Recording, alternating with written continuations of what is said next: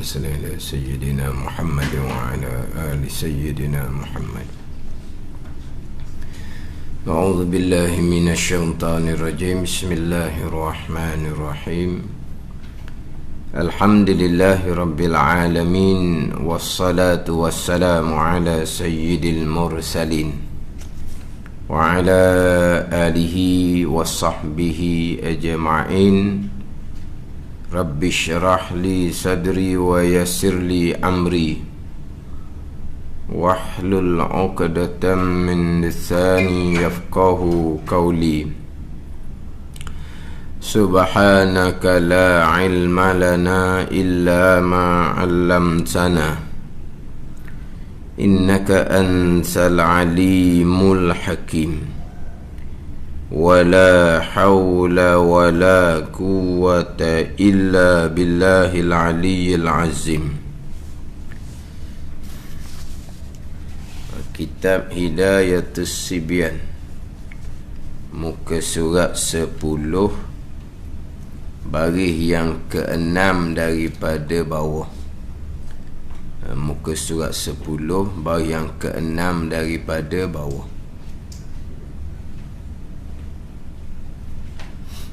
Qala al-muallifu rahimahullahu ta'ala wa nafa'ana bi'ulumihi amin.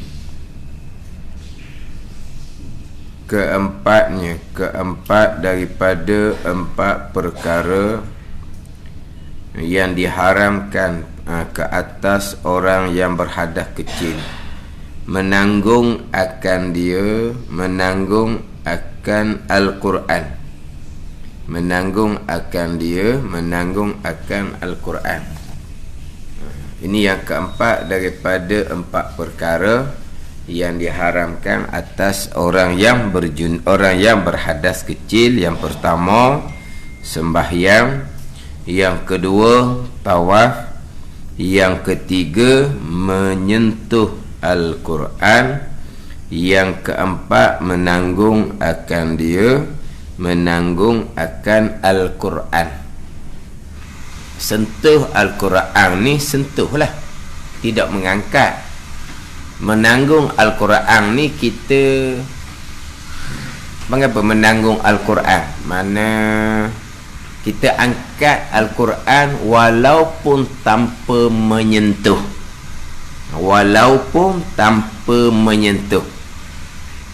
Hak sentuh Al-Quran, sentuh saja, tidak angkat, haram. Yang keempat ni, kita menanggung Al-Quran dalam keadaan kita tidak menyentuh Al-Quran. Contohnya, Al-Quran berada atas rehal, kita pegang rehal, kita tidak sentuh Al-Quran, kemudian kita angkat rehal, itu dipanggil menanggung Al-Quran. Tapi di sini menanggung Al-Quran dipanggil serta dengan benda yang lain. Dia menanggung Al-Quran serta dengan menanggung benda yang lain. Dia akan bicara tu agak panjang sedikit lah. Menanggung Al-Quran dipanggil serta mata benda, serta benda yang lain. Adapun kalau kata menanggung Al-Quran asalnya, kita angkat Al-Quran tapi kita alas tangan kita, tidak kena Al-Quran. Dia masalah kita alas tangan kita, kita hanya menanggung Al-Quran tanpa menyentuh. Bukan kata menanggung, kita menyentuh dalam keadaan kita berlapik pun haram juga mazhab Syafi'i kita. Kita sentuh Al-Quran tapi kita sentuh, kita berlapik dengan kain, berlapik dengan kain tuala contohnya, haram. Sentuh pun haram dah. Sama telah kita ambil kain, kita bubuh kat tangan kita, kita pun angkat Al-Quran. Situ tu dua tu. Yang pertama, menyentuh, walaupun berlapik dihukumkan menyentuh, haram. Yang kedua, menanggung Al-Quran. Cuma masalah menanggung Al-Quran ni lah, menanggung Al-Quran serta dengan kita mengangkat benda yang lain. Bersama dengan tu ada benda yang lain. Contohnya kita bubuh Al-Quran dalam beg. Dalam beg tu sendiri ada barang-barang yang lain. Ada kitab, buku, ada baju sembahyang contohnya. Tu. Itu dia panggil menanggung Al-Quran serta mata benda yang lain. Cuma dalam masalah menanggung Al-Quran serta dengan benda yang lain ni, dia kembali kepada kosak. Dia kembali kepada kosak.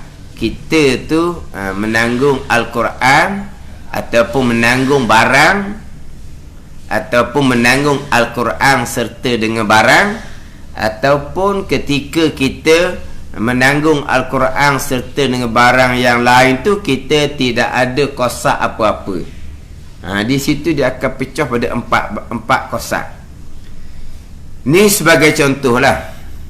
Dia kalau Quran dengan benda yang lain, kalau Quran dengan benda yang lain ni, Quran turut benda yang lain. Contohlah, tu pandangan yang muktamad. Maknanya benda yang lain ni lebih besar daripada Al-Quran. Contohnya, meja besar. Atas meja ada Al-Quran. Kita pun angkat meja. Kita kosak, angkat meja. Tu contoh baru timbul tu. Adapun kalau rehal tu kecil. Ada rehal tu kecil. Kita angkat rehal. Kita Quran ada atas rehal tu, tapi kita tidak kosak akad Quran, kita kosak akad rehal. Maka Quran turut rehal. Tapi rehal kalau kecil, tak munasabah tu Quran nak turut rehal. Kalau rehal tu besar, lain cerita.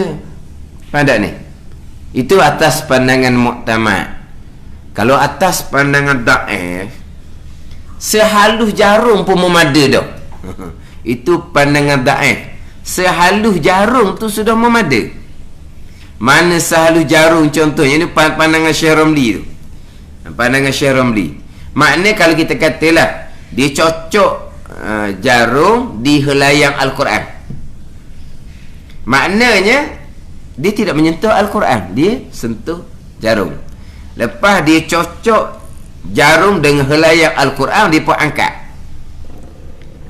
Dia angkat helayang Al-Quran. Yang dipegang jarum kecil, helayang Al-Quran besar. Tiba-tiba dia kosaknya angkat jarum, bukan angkat helayang Al-Quran. Tapi dah Al-Quran tu mengikutlah. Al-Quran tu mengikut. Yang saya angkat, kosak di hati, angkat jarum. Al-Quran tu mengikut. Pandangan Syekh Ramli okey dah, walaupun kecil pun. Tapi pandangan Syekh Khatib Syurbini, pandangan Syekh Ibn Hajar, tengok kot lah Quran nak turut jarum halus sangat tu kecil. Biar mana, biar patut, biar munasabah. Maknanya kita angkat satu benda yang besar, Quran turut benda tu, baru munasabah. Kita angkat benda yang kecil jarum, Quran turut jarum. Munasabah tu. Padang kita seumpama tu. Itu pandangan muktamad. Pandangan Syekh Ramli tak apa. Pandangan Syekh Ramli tak apa. Janji bukan kosak Al-Quran. Janji kita angkat tu kosak jarum. Kalau pakai pandangan Syekh Ramli, sehalus jarum pun kita angkat jarum, Quran menurut jarum. Walau jarum tu halus sangat-sangat, Quran yang besar menurut jarum yang halus. Pandangan Syamli tak apa. Kalau kita macam duk sebut semua tu lah, kita ambil lidi yang kita jadikan sebagai, kita panggil telunjuk tu kan. Lidi kalau macam dululah. Dulu dia pakai lidi, sekarang ni dia pakai budak lain pakai kertas tu dah. Comel sikit apa. Kita dulu lidi lah. Jadi lidi tu bila wuduk kita batal, kita masih lagi nak baca Quran. Habis dah di muka surat tu, kita nak baca muka surat sebelah, kita pun ambil lidi, kita pun kita masukkan lidi di bawah layang tu. Ada ni. Kita pun angkat. Kosaknya apa tu? kuasa angkat lidi, bukan angkat Quran. Syekh Ramli bukan lidi, jarum okey dah. Ada ni. Tapi pandangan muktamad sekarang ni angkat pegang lidi. Jadi yang kita angkat tu lidi serta dengan Al-Quran. Saya angkat lidi, saya bukan angkat Al-Quran. Patut Al-Quran turut lidi, Al-Quran mengikut lidi. Al-Quran tu besar tu, lidi tu kecil, biar patut padang. Tu pandangan muktamad. Orang pandangan muktamad, hukumnya tetap haram. Sebab apa? Sebab ada ke Quran yang besar tu turut benda yang halus. Jadi kita nak bicara Quran serta kita angkat benda yang lain ni, biar benda tu besar. Macam kalau beg besar daripada Al-Quran. Meja lebih besar daripada Al-Quran. Kalau bantal tengoklah dulu. Ada bantal kecil, ada bantal besar. Kalau bantal besar, kita angkat bantal, Al-Quran mengikut. Kalau bantal kecil, kita angkat bantal, Al-Quran mengikut. Al-Quran besar, bantal kecil je. Ada kena ke situ pula. Hak serta dengan Al-Quran tu besar ke kecil. Pandangan muktamad, biarlah besar barang yang kita kosak angkat tadi tu nak banding dengan Al-Quran. Al-Quran mengikut barang yang kita kosak untuk angkat.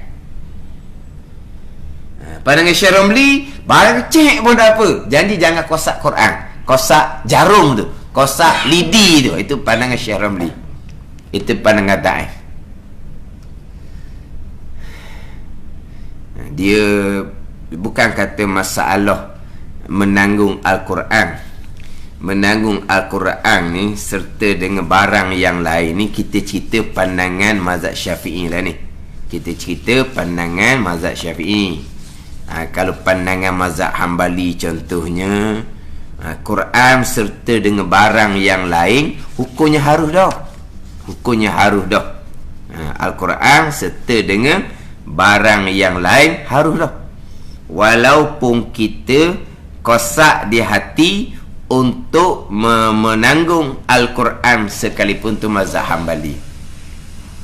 Dan mazhab Hambali macam sebut terdahulunya, sentuh Al-Quran, janji jangan berlapik, jangan tak ada benda sebagai untuk lapik untuk Allah. Mazhab Hambali dengan Hanafi, kita sentuh Al-Quran tapi pakai sarung tangan. Tak apa dah dia sentuh Al-Quran. Mana ni? Kerana mazhab Hambali angkat Al-Quran pula. Angkat tu dengan tali ke, angkat tu dengan bekah ke, angkat dengan apa ke, harus menanggung Al-Quran sekalipun kosak di hati tu menanggung Al-Quran sekalipun. Itu mazhab Hambali. Dia bab-bab sentuh Al-Quran ni, sehingga kan sentuh Al-Quran tu sendiri pun masih lagi khilaf di kalangan ulama.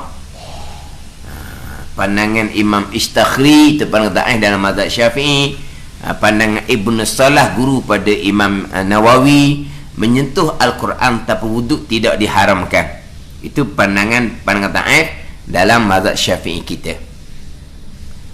Yang ijma' ulama haram menyentuh Al-Quran adalah orang yang berjunub. Orang yang berjunub. Adapun orang haid dan orang nifas, orang haid dan orang nifas, mazhab Maliki, sentuh Al-Quran, tanggung Al-Quran bagi orang yang mengajar, bagi orang yang belajar, yang baligh dalam keadaan haid, diharuskan sentuh dan menanggung. Apa beza haid dengan orang berjunub? Kenapa haid diharuskan, kenapa berjunub tidak diharuskan? Sebab haid ni tidak boleh dihilangkan. Berjunub boleh dihilangkan, pergilah mandi wajib, yang kamu nak sentuh apa pada ni. Orang berjunub itu ijma' ulama mengharamkan sentuh Al-Quran. Sebab apa? Sebab orang berjunub ni boleh dihilangkan. Hilang dengan apa? Pergi mandi wajib lah. Orang haid boleh hilangkan selagi tak kering. Tak boleh. Sebab tu mazhab Maliki mengharuskan sentuh dan menanggung Al-Quran bagi orang yang mengajar, bagi orang yang belajar. Orang haid. Sebab haid ni tidak kuasa menghilangkan dia. Kena tunggu berhenti dulu tu. Ni hak bab sentuh Al-Quran ni. Cuma memanglah sekarang ni ada timbul fitnah lah. Bila sebut kata orang haid, orang nifas, diharuskan menyentuh Al-Quran. Kena cerita molek tu pandangan mazhab Maliki. Jadi sekarang jadi susah sekarang ni dia. Kadang-kadang kita sendiri pun terpaksa cerita pandangan mazhab lain, sebab pandangan mazhab lain tu dibawa datang dalam masyarakat, tetapi dia tidak nyatakan itu mazhab apa. Baru ni saya ada baca dalam FB ya. Mana orang haid, orang nifas pun sama, harus menyentuh, menanggung Al-Quran. Bagi orang haid, orang nifas yang nak mengajar dan nak belajar Al-Quran. Jadi pelik lah. Padahal sebab tidak ada nas, dia ikut tu. Bak nas, bak dalil, ulama-ulama muktabar bahas siap dah. Kita ambil lah setakat mazhab Maliki kata boleh, mazhab ni kata begini, mazhab ni kata begini, mazhab ni kata gini, sudah. Bak dalil, bak nas, ulama-ulama muktabar siap lah kedah. Kita ambil pandangan-pandangan. Kalau kita nak mendalami, kita mendalamilah bak dalil tu. Tapi jangan mudah-mudah yang mengharamkan sentuh Al-Quran ni tidak ada nas, tidak ada dalil. La yamassuhu illal mutahharun tu, tidak menyentuh akan Quran melainkan yang suci. Yang suci tu malaikat, bukan kita ni. Memang ada bahasa yang seumpama tu. Ada bahasa yang seumpama tu. Sebab tu ini perkara khilaf. Sebab dari segi ayat Al-Quran tu qat'i, dari segi makna Al-Quran tu zanni. Tak qat'i, tak putus dah lah, tak yakin dah lah. Mutahharun tu siapa? Ayat mutahharun tu qat'i lah ayat Al-Quran. Mutahharun tu siapa? Ni kita yang suci daripada hadas kecil hadas besar. Sedap sekarang pandang kata mutahharun tu malaikat. Tu bicara di situ ada khilaf lah di situ. Mana untuk cerita pandangan kita boleh cerita, tapi kena nyatakan. Itu pandangan mazhab mana apa semua tu, kita kena nyatakan. Ini kita masih lagi nak bicara berkaitan dengan sentuh Al-Quran. Nanti kita akan bicara pula membaca Al-Quran bagi orang yang berhadas besar. Tu lagi ada khilaf pula di situnya. Ini hanya kita bicara sentuh, dan juga kita bicara menanggung Al-Quran. Nanti bila masuk bicara bab orang yang berjunub, orang haid dan nifas, diharamkan membaca Al-Quran. Orang berhadas kecil membaca, kita maklumlah boleh je. Orang yang berjunub, orang haid nifas, kita maklum haram membaca Al-Quran. Di sini ada pula pandangan-pandangan yang berbeza berkaitan dengan orang berjunub, orang yang haid nifas membaca Al-Quran. Cuma kita ni, kita ambil ni, kita ngaji molek, ambil faham molek. Lepas tu pandangan-pandangan kita, ni pandangan mana ni mazhab mana ni, barulah tak timbul keliru. Kemudian janganlah pula itu pandangan yang mengatakan tanpa wuduk sentuh Al-Quran haram, pandangan yang tidak ada nas. Allah mudahnya lah seumpama tu. Walha menyentuh Al-Quran tanpa wuduk ni haram. Itu pandangan dalam mazhab Syafi'i dan juga kebanyakan ulama-ulama yang lain. Tapi kita tidak menafikan ada pandangan yang membenarkan, termasuk pandangan ta'ih dalam mazhab Syafi'i. Dan jumhur mazhab-mazhab yang lain pun haram menyentuh Al-Quran dalam keadaan berhadas kecil. Yang timbul khilafnya kalau sentuh dalam keadaan berlapis. Berlapis sekalipun mazhab Syafi'i, mazhab Maliki tetap menghukumkan haram.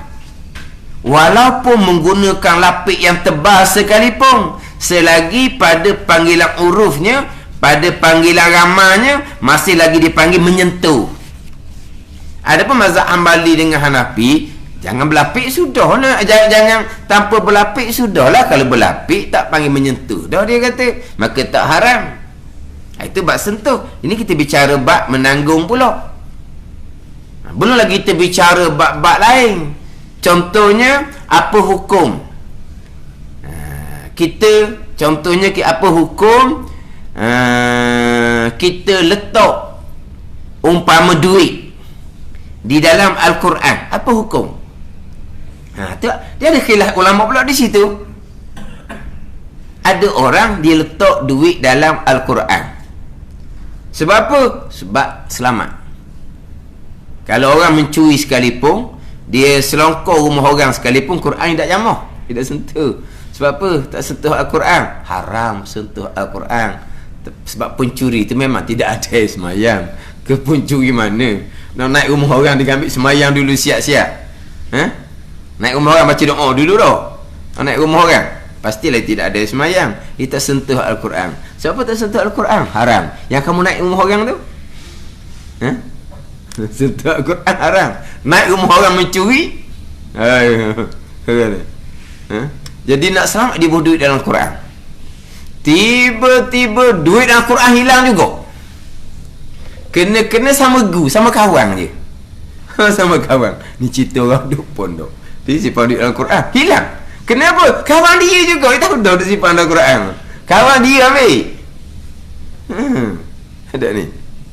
Tapi orang mencuri. Ni dia curi Al-Quran mahal.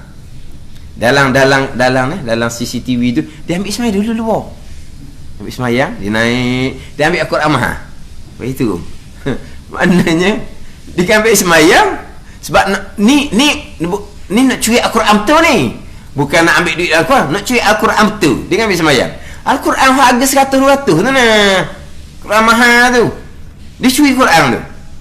Ada gambar dalam CCTV. Lepas tu siapa dia pula yang beli? Bukan dia baca, bukan dia, mesti bukan dia. Bukan dia. Tapi siapa beli? Ni Ji, Mak Ji, Quran ni 200 ni. Saya ke Mak Ji jual RM30 sudah, RM50 sudah.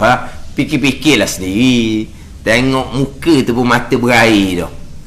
Mata berair, mata berah. Orang dadah tu kan. Ambil mana Quran tu? Hak mahal 100-200 nak jual RM30, RM40, RM50. Kalau beli juga tu pelik dah.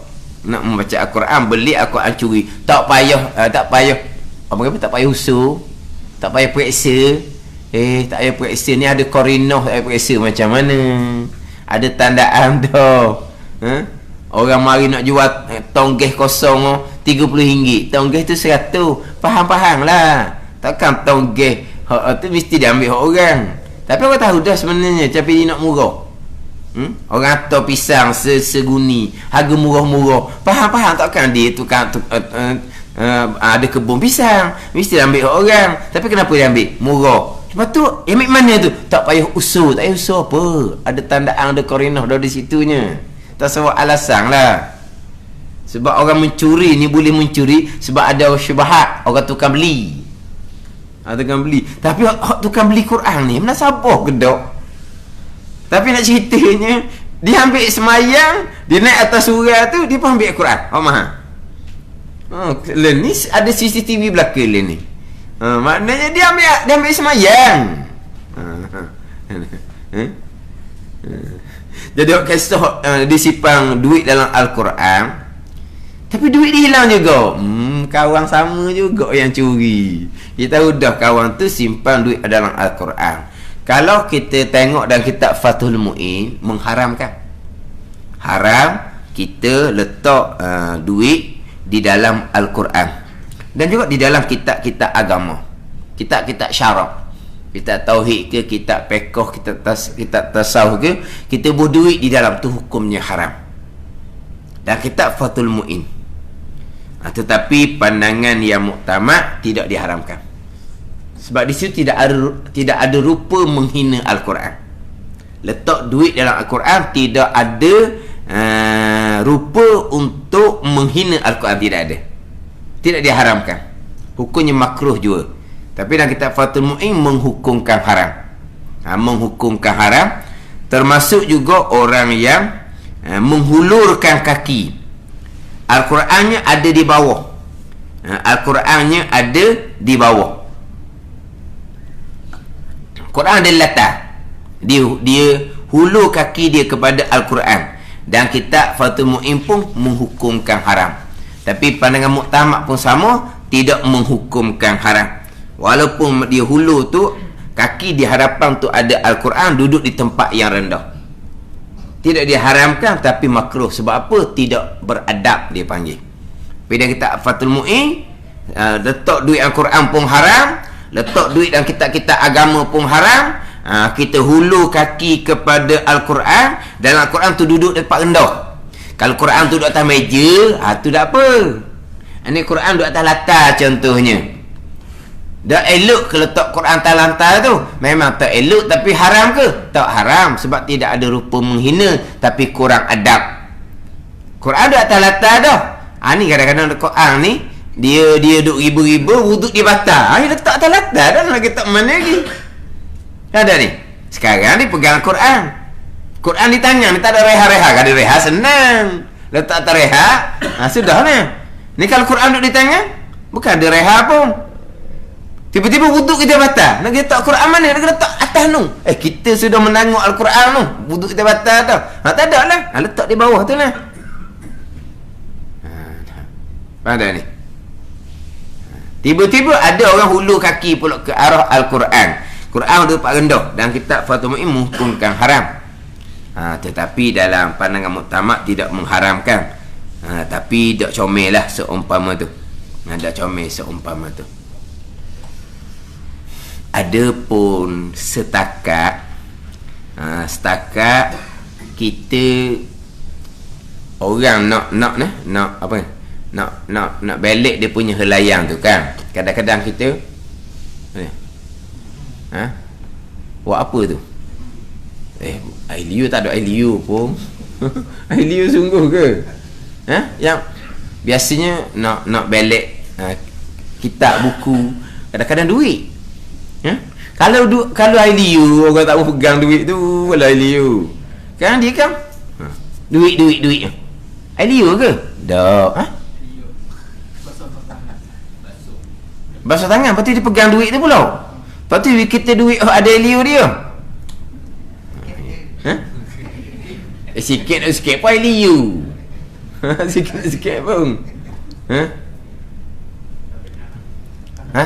Tabiat yelah apa benda ni, takut dia ambil stul bibir je kot. Stul bibir bukan ailiu. Kalau kita katalah ailiu, dia nak balik Al-Quran, lepas tu dia memang ada ailiu sungguh hal tu, dia pegang Al-Quran, haram ke?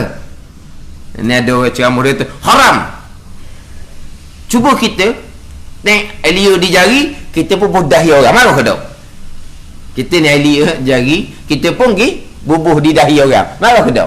Mesti marah. Tu haram tu. Allah mudahnya lah.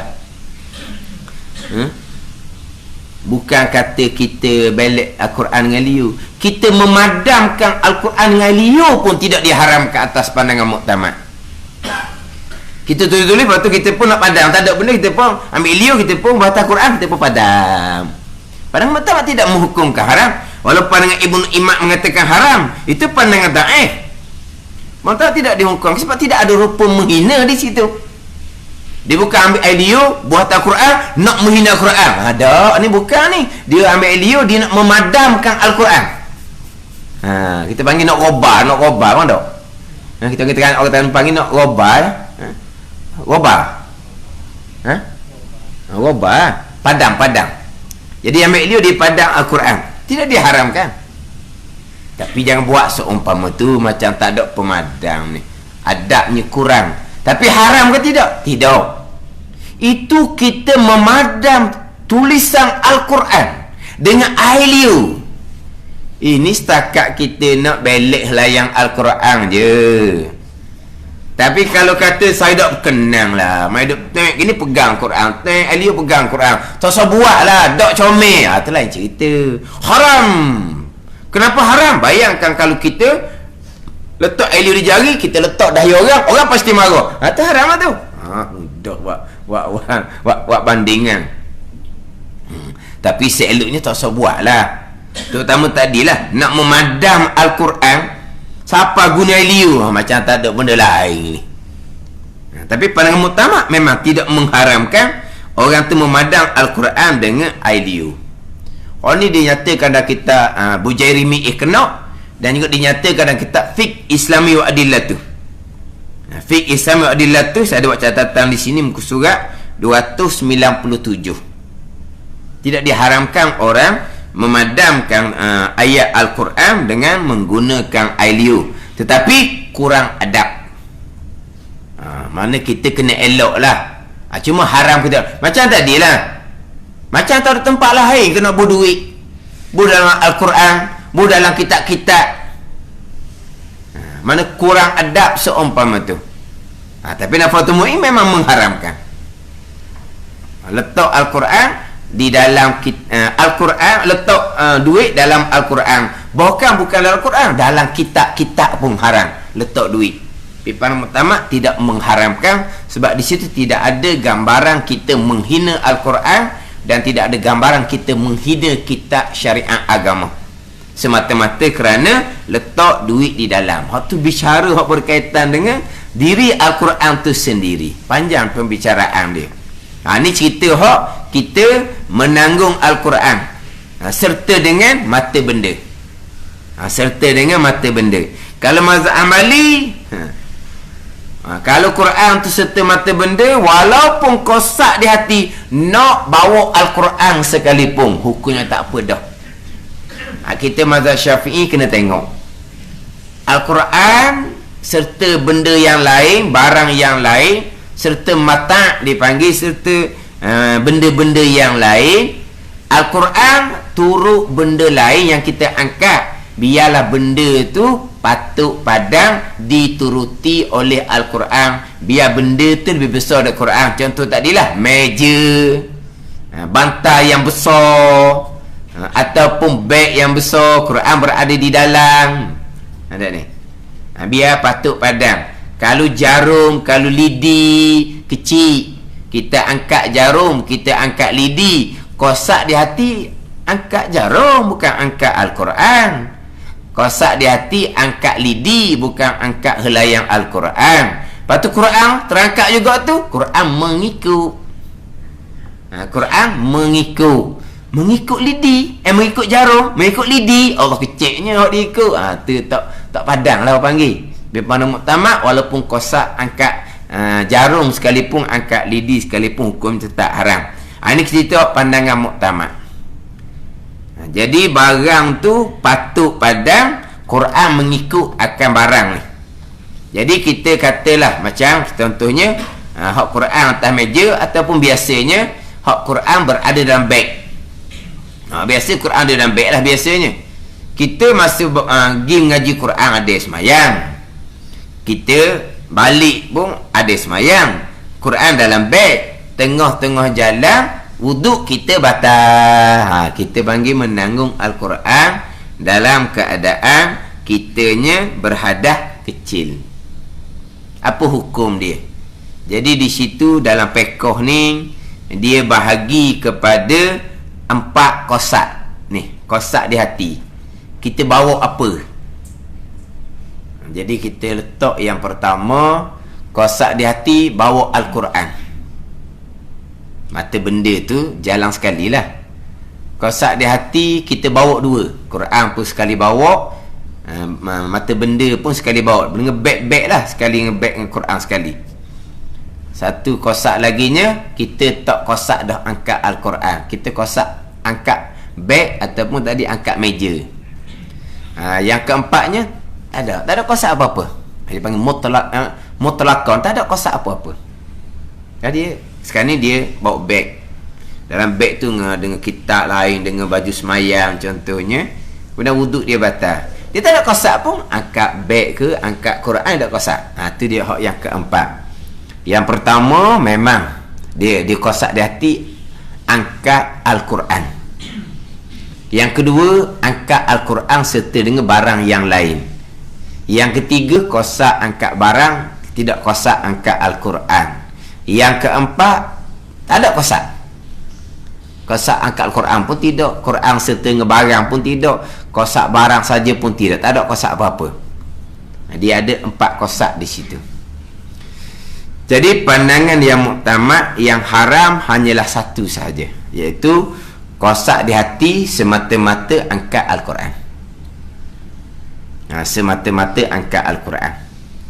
Itu hak paling pertama, menghukumkan haram. Yang kedua, Al-Quran serta dengan hati, kosak angkat Al-Quran dan juga kosak angkat beg, kosak angkat meja, dua-dua sekali. Paling pertama, hukumnya adalah harus, tidak diharamkan. Hak kata masa lagi haram, itu pandangan daif. Pandangan daif kata kosak angkat Quran saja memang jelaslah haram. Angkat Quran dan juga angkat barang lain haram lagi. Itu pandangan daif. Pandangan pertama satu je yang haram. Kita kosak angkat Al-Quran. Kosak angkat Al-Quran juga dan benda yang lain. Harus dah. Harus dah. Kalau kosak angkat benda yang lain, lagilah boleh. Tak kosak apa-apa, lagilah boleh sebab tak ada kosak Al-Quran. Ada ni. Kosak angkat Al-Quran lagi, tapi serta dengan barang yang lain. Harus dah. Hak tak bolehnya kosak Al-Quran semata-mata, barulah haram. Kenapa pula kita bawa beg, kemudian wuduk kita batal berhadas kecil? Takkanlah kita nak kosak angkat Quran di dalam beg tu. Tak ada kosak apa-apa, biasa pakai jalan je.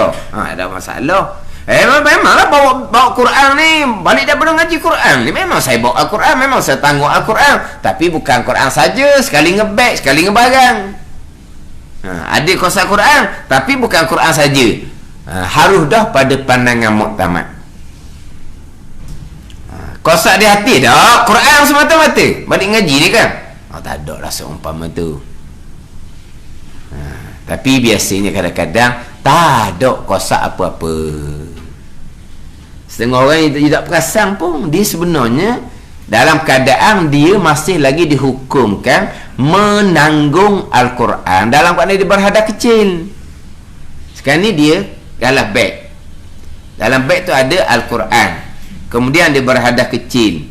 Kenapa tidak ada kosak apa-apa? Sebab dia tak tahu pun bahawa dia tu dalam keadaan menanggung Al-Quran.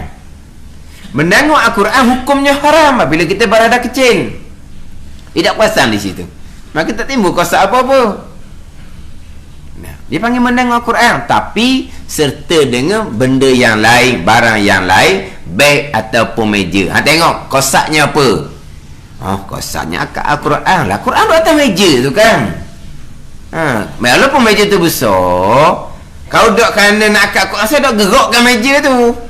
Saya angkat meja tu kerana nak angkat Quran, kita letak tengah tepi dindingnya. Sekarang ni meja dengan Al-Quran duduk tengah laman. Kita sudah dah ngaji Quran, angkat meja besar, Quran di atas. Kosak di hati, kalau semata-mata meja, saya tinggal tengah tu je. Quran ada atas tu kan, bukan molek duduk tengah laman gitu, langgar di budak kan. Kita pun memang angkat, dia letak di tepi tu Quran tu meja, memang saya kosak angkat Quran saja. Memang haram. Tu takkanlah sengaja pergi cari hak haram. Dan angkat apa tu? Angkat Quran serta dengan angkat meja. Harus dah atas pandangan muktamad. Angkat apa tu? Saya angkat meja. Dah Quran dah satu, dia bergerak sekali lah. Dah Quran dah atas meja tu, dia bergerak sekali, turut meja yang kita angkat.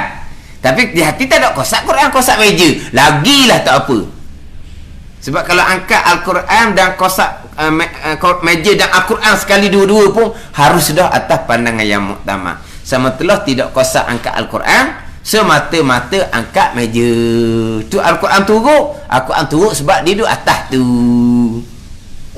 Kan kita angkat meja, kan Al-Quran turut kan. Ada ni.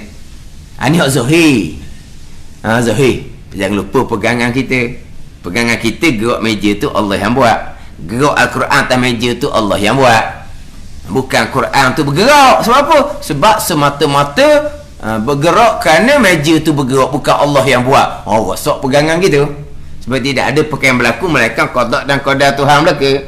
Gerak meja tu pun qada dan qadar. Di masa sama Quran atas meja tu bergerak, qada dan qadar.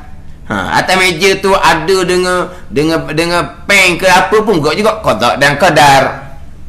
Bukan semata-mata turut meja yang bergerak, Quran pun bergerak, pen pun gerak. Itu akidah yang terpesong, akidah yang sesat seumpama tu.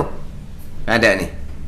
Tapi zahirnya gitulah, bila kita angkat meja, Quran yang berada atas meja tu akan bergerak sekali. Tapi kosak di hati kita adalah angkat meja semata-mata. Dok, angkat meja dalam Quran lah. Kalau meja semata-mata, saya tak angkatnya, nak buat tepi dinding lah. Saya angkatkan Quran di atas tu, tapi kosak Quran serta kosak meja, tak apa dah. Ataupun kalau bantal yang dia besar. Kalau bantal kecil, maka tak memada. Kalau bantal kecil ni, kalau kita tarik tu dia panggil menanggung. Kalau kita tolak tanpa genggam, dia tak panggil menanggung. Sekarang Quran di atas meja, atas bantal yang kecil, kita tidak menyentuh Al-Quran, kita tolak bantal tu, Quran tak sentuh, tapi kita tidak genggam bantal tu, tak panggil kita menanggung. Kita tarik baru panggil menanggung. Kalau bantal tu kecil, maka hukumnya haram. Kalau bantal tu besar, tengok kosaknya apa. Kosak Quran haram. Kosak Quran dan juga barang yang lain tadilah. Kosak beg, meja ataupun bantal yang besar tak haram dah, walaupun masih lagi ada kosak Al-Quran. Yang ketiganya kosak barang, tidak kosak Al-Quran, lagilah tak apa.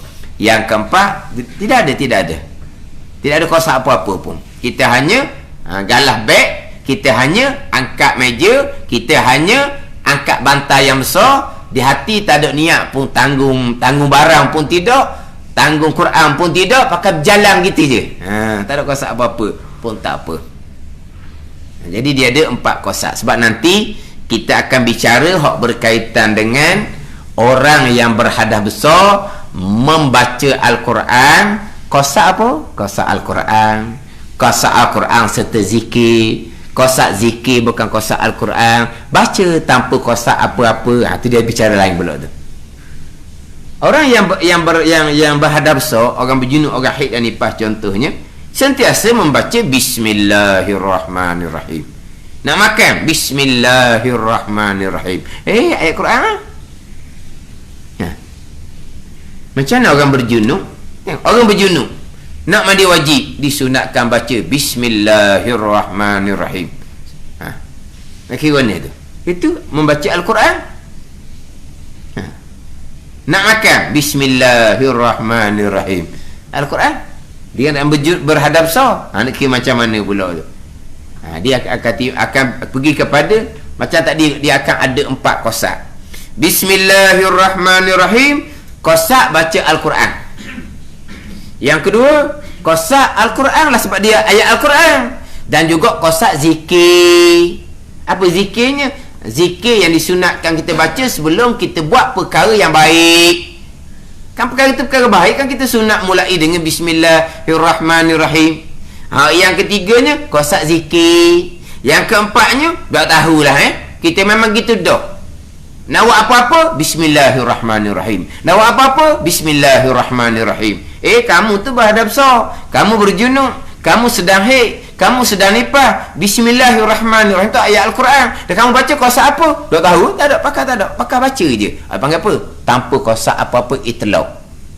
Jadi dia ada 4 kosak macam hak kita Al-Quran serta dengan barang yang lain yang kita tanggung. Cuma yang bezanya, kalau Al-Quran serta dengan barang yang lain 4 kosak, 1 je haram, 3 lagi tak haram. Kosak angkat Quran semata-mata barulah haram. Quran serta barang lain tak haram dah. Kosak barang sama telah tak haram, tak kosak apa-apa pun tak haram. Adapun orang yang berhadas besar membaca Al-Quran, kosak Al-Quran, hukumnya haram. Kosak Al-Quran serta dengan zikir masih lagi haram. Kosak zikir barulah harus, tidak kosak apa-apa harus. Jadi 2 haram, 2 tidak haram. 4 kosak kalau kita orang yang berhadas besar membaca Al-Quran. Hak serta dengan mata benda tadi 4 kosak, paling muktamad 1 je haram, kosak angkat Al-Quran. Al-Quran dan juga mata benda halal, harus dah, tak apa dah. Jadi kosak angkat barang saja sama telah harus, tidak kosak apa-apa pun harus. Mana? Boleh ingat Cuma kita ni memang tidak perasan je. Biasanya kalau saya mengajar orang perempuan lah, perempuan haid dan nifas tu kan, Bismillahirrahmanirrahim. Buat apa-apa Bismillahirrahmanirrahim. Bismillahirrahmanirrahim sama-sama. Sedar dak tu. Awak haid dan nifas berhadap besar, haram baca Al-Quran. Bismillahirrahmanirrahim tu ayat Al-Quran. Inna lillahi wa inna ilaihi raji'un. Al-Quran juga. Mana? Tu naik kenderaan, baca doa naik kenderaan. Subhanallazi sakhkhara lana hadza. Ayat Al-Quran tu. Macam mana tu? Orang kadang berhadap besar membaca Al-Quran.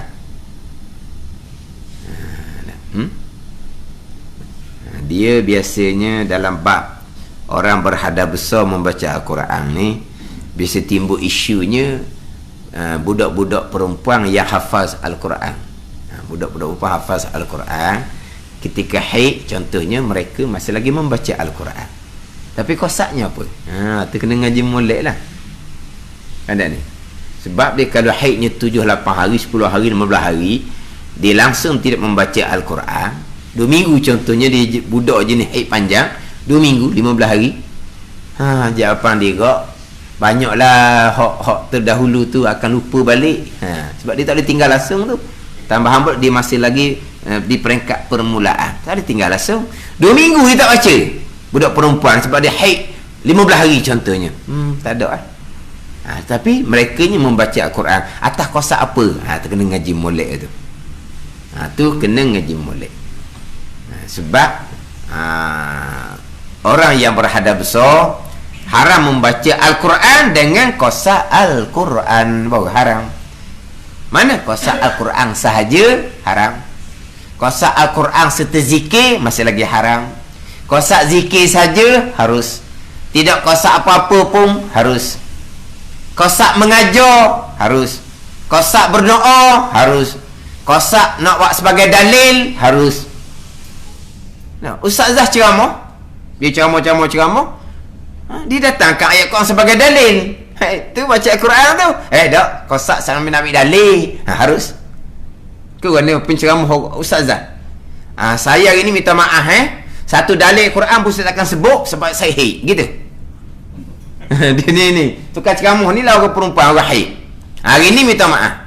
Dalil nanti minggu depan. Saya kena haid, saya datangkan dalil Al-Quran. Untuk minggu ni saya haid, saya tak boleh datangkan dalil Al-Quran sebab orang haid haram membaca Al-Quran.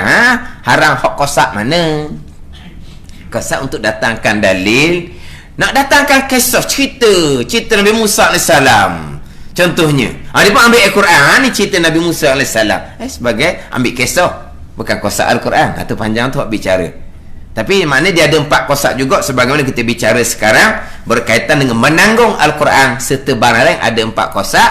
Yang haram kosak menanggung Al-Quran. Al-Quran serta barang yang lain harus. Kosak menanggung barang yang lain sama teruslah diharuskan. Dan juga tidak kosak apa-apa. Tapi insya-Allah kita akan bicara panjang hak berkaitan dengan orang yang berjunub, orang haid nifas, membaca Al-Quran. Yang haramnya adalah membaca Al-Quran jika dikosakkan dengan dia dengan membaca tadi kosak Al-Quran, barulah dihukumkan haram. Dan kita ada tersebiang kita pun comel ni. Di bawah tu dia datangkan perkara yang diharamkan berjunub 6 perkara. Yang kelima, membaca akan diakan Quran jika satu huruf sekalipun haram jika dikosakkan dengan dia dengan membaca tadi ni Al-Quran, barulah hukumnya haram. Kosak zikir harus. Kosak mengajar harus. Kosak ambil dalil harus. Kosak nak jadikan kisah ceramah kita harus.